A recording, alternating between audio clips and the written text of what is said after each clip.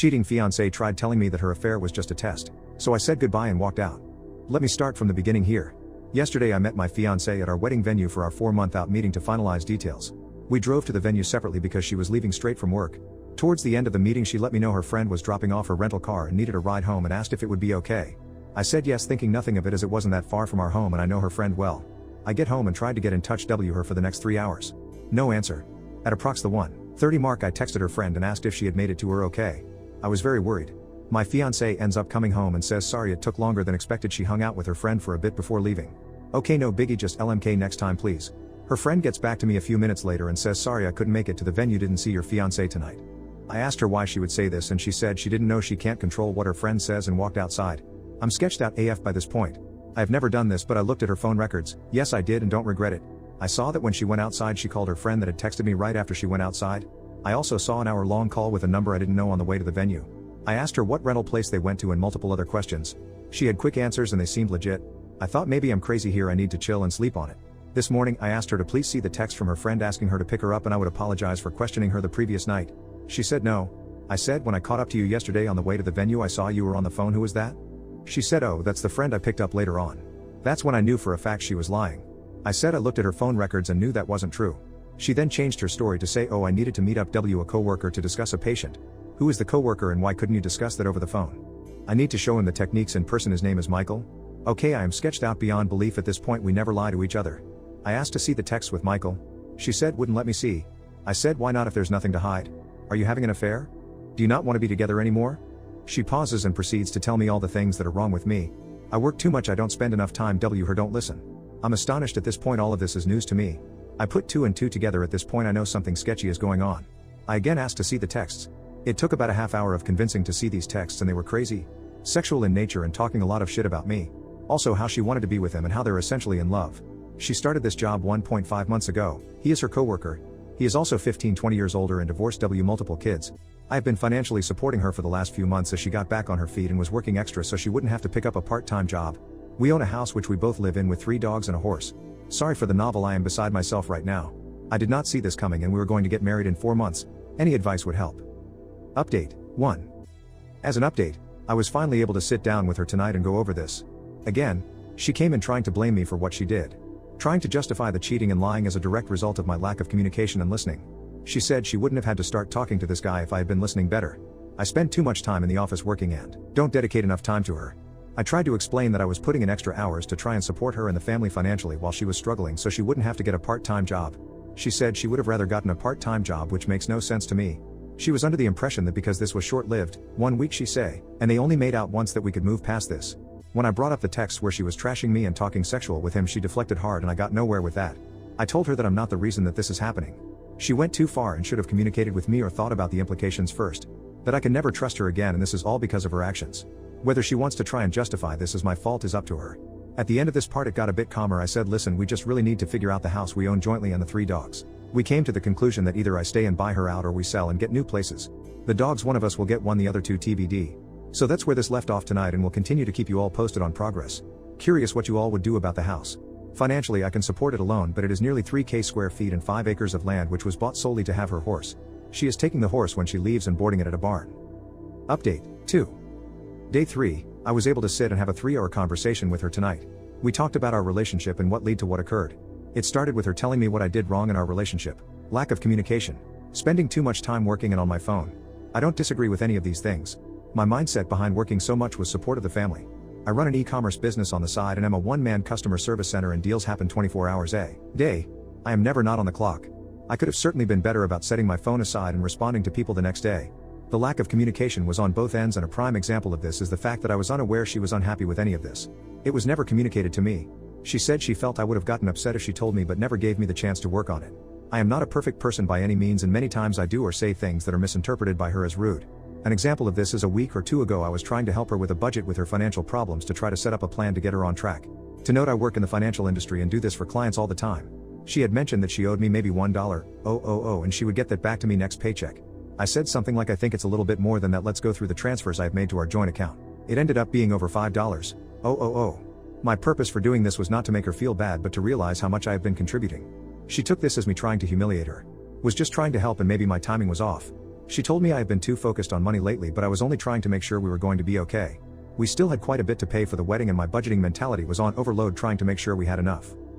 The fact that she keeps trying to justify what she did by attributing that as a direct correlation to my flaws really bothers me.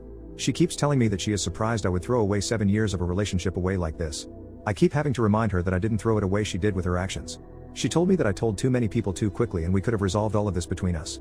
She also said that she wouldn't have had to talk to someone else if I was a better listener and communicator. I have finally determined the extent of the affair, which I actually believe based on the text that I read. They began talking 1-2 weeks before via duct text. I don't know if they had met up before outside of work, but this time around he had asked her to the park to play basketball and talk. She met up with him and they ended up making out. I truly believe it didn't go further than this yet. But it would have in the near future, I am sure. She says he is not her boyfriend. She also took off tonight and I have no idea where she is at, assuming with him or a girlfriend. It is an awkward living situation, but I am hoping this resolves in the near term. I do think she wants me to get back with her and try to repair that. I think that the main issue was a lack of communication that manifested for a long time. We got into a routine, lived our boring simple life, and meanwhile this problem was never discussed and grew over time. She acted out instead of talking to me and also lied to my face / talked a lot of shit about me behind my back. She can be very sneaky and I don't think I can fully trust her again. Obviously this would be the easiest thing to do, but I don't think I would ever be truly happy. Understanding the root cause has helped me feel better. If nothing else, it will allow me to address my personality flaws / communication issues and see things from another perspective. I started hitting the gym today and will keep a routine going. I also plan on picking back up on studying for my CFP designation. I took the week off of work to focus on my mental health. Today I called the wedding venue and officially canceled the date. We were able to get some money back but lost a bit unless the date can be resold to another couple. Unlikely. I also spoke with her parents again to keep them apprised. They live far away and I am sure are worried sick. I continue to let them know everything is fine and calm and they don't need to worry about their daughter. I did some research and with interest rates where they are today I will not be able to find a comparable house for the mortgage I pay for this. Can barely find an apartment for less nowadays. I think my best option is to try and buy out her share and have her find an apartment. She seems agreeable at this time. We will have an appraiser out to assess value and see what half of the equity would be and if that is doable for me. My questions to you all are, does this change your mind at all about the situation? Am I handling this properly? If not, what should I be doing different? Update 3. It's been nearly a month since this whole situation went down and I owe you all an update. Has been a very busy, emotional and eventful month. So I am not going to lie, the few days after this happened to me I was a pathetic mess groveling to get back with this cheating posse. It's embarrassing to admit, but it happened, and it was all part of the process of moving on. While in this vulnerable state I tried everything I could to do things right, make things better, but nothing worked. I was actually told that she had to make a decision, me or him, and she did the right thing choosing him. I think that's when I woke up and realized I had let my self-worth go down the drain and I needed to take a step back and really focus on me and what was best for me. It is hard after 7 years of doing everything for someone else, to focus on your own needs, but that's exactly what I have been doing since.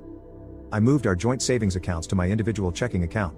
I did the math of what was owed to me and transferred half of the balance back to the joint account for her to take. I've been working out every day since this happened. It makes me feel good to not only improve how I look, but helps me continue to think clearly. I've gone suit shopping, for a massage, out with friends and family. Not only was this relationship isolating of my friends and family, which should have been a huge red flag, but I never did anything for myself. Buying clothes is just not something I would do. I was always worried about providing for my sig other and animals. I've been seeing a therapist, for the first time in my life, on a weekly basis. It helps me talk things out in my decision making. It is something I will probably continue to do after this situation resolves, just to continue to improve myself. Now for the bigger items, I am still living in the house with the ex. She is sleeping in the guest bedroom and we are at a point where the only communication is, did you feed the dogs? I think she is a terrible person and no matter what I say, in her mind, this is my fault.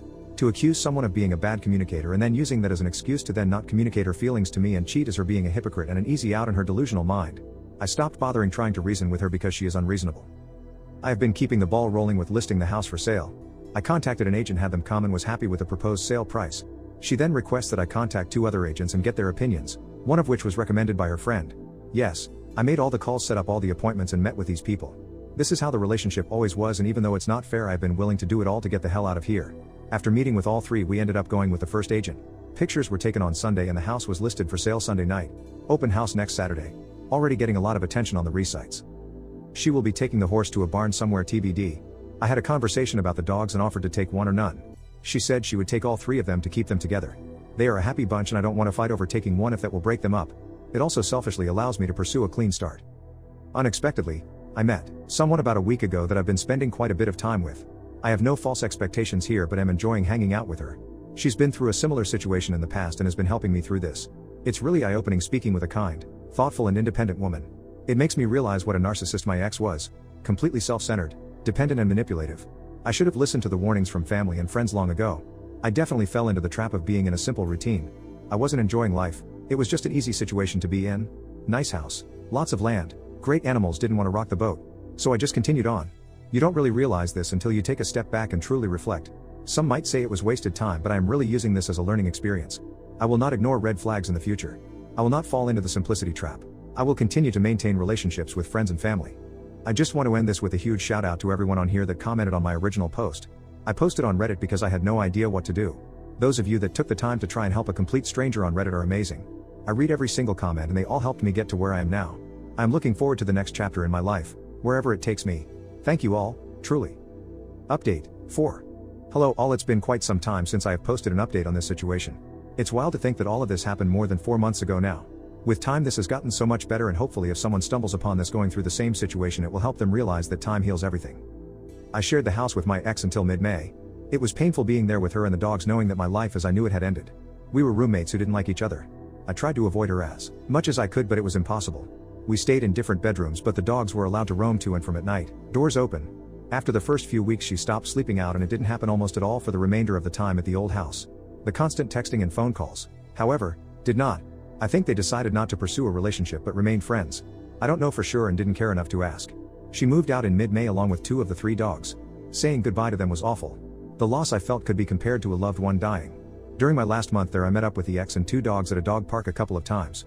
While they recognized me and were happy to see me, I could tell that they were doing just fine without me, which made me feel better. There was little conversation with the ex other than about how the dogs were adjusting. She moved to a run-down house in a run-down area, to put it nicely. There was a yard for the dogs but it was not fenced in. The last I heard she was working on finishing the fence. During this time period I hit the gym every single day. I also grinded hard at my side hustle. I knew life was going to get expensive and wanted to prepare myself. In the time period from March-June 15th when I moved out, I had done 6 figures in sales at this side hustle. I also made 0 big purchases. This allowed me to save a significant sum in addition to the proceeds from the sale of my old property. Due to this, I was able to comfortably afford a nice house in a nice area with a decent sized yard for the dog that stayed with me. Selling the old house was easy. Buying the new house was absolutely brutal. Thankfully, the buyers of my old house allowed me to rent it back from them for a month until 6/15. I made offers on a total of 5 houses and finally got the last offer accepted towards the end of May. It is really nice being out of the old place. The memories associated with that house haunted me every day. Especially after my ex left with the other 2 dogs, it was just very empty. Moving was a pain, but friends and family came in clutch to help with it all. I have now been here a little over a month and it is feeling more like home daily. I am still seeing the same woman, who is now my official girlfriend. I live a bit closer to her now, which is nice. She treats me really well and I am very lucky to have her in my life. She helped me get through this situation and has been very cognizant and accommodating relating to my need for space and my emotional ups and downs. I've never been with someone who communicates so well, and it is making me a better communicator myself. My emotional intelligence has also grown significantly. Overall, life is good. While this was one of the hardest things I've had to go through, I feel blessed that it happened. I was going to marry a completely self-centered, ungrateful boss. I was so comfortable with my daily routine and didn't want to disrupt my animals' lives or lose my house. So I was willing to put up with being miserable. I will continue working on myself and learning more about my own wants and needs. I will also continue to provide my dog with the best life possible. I do think about my ex regularly. Lots of flashbacks of good and bad memories. My new therapist has been extremely helpful, helping me realize that I probably won't ever get the apology from her that I want. She's just too proud to admit what she did was wrong. Communication with my ex has been very limited. I don't plan on seeing her or the other 2 dogs again. I've accepted that is what is best for everyone. If I missed anything you have questions about, please feel free to post a comment and I'll be happy to answer. This situation is over at this point and I won't be making any more posts on the subject. Thanks for following the saga and for all the support through the process.